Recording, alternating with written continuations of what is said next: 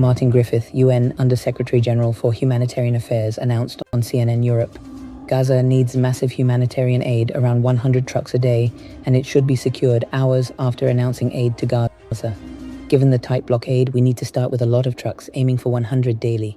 That was Gaza's aid program before. Griffith stressed we need guarantees to intervene widely daily, consistently, and reliably, so our UN staff in Gaza, including 14 UNRWA employees, can distribute aid.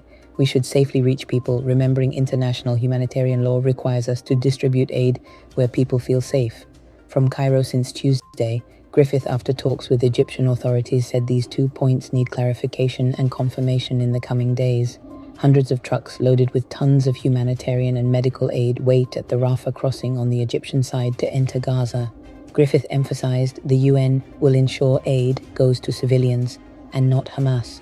The people of Gaza need water, food, and they're deprived of electricity and fuel due to the strict blockade imposed by Israel after Hamas fighters armed in early October to several Israeli cities, targeted civilians, took hostages before confronting Israeli forces. Since then, the war has killed over 1,400 Israelis and 3,478 people in Gaza. US President Joe Biden announced his Egyptian counterpart, Abdel Fattah el-Sisi, agreed to open the border crossing with Gaza, allowing the first batch of aid trucks into the sector. On his return from Israel, where he expressed solidarity following Hamas's attacks in October, Biden told reporters Sisi agreed to let up to 20 trucks initially. During a stopover in Germany, Biden said, "These trucks probably won't cross before Friday, as the road around the crossing needs repairing, and the UN will distribute this aid in Gaza depending on how things go.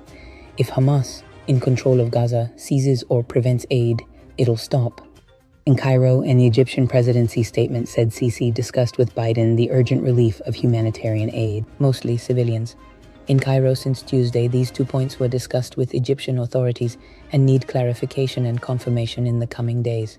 Hundreds of trucks loaded with tons of humanitarian and medical aid are still waiting for Gaza.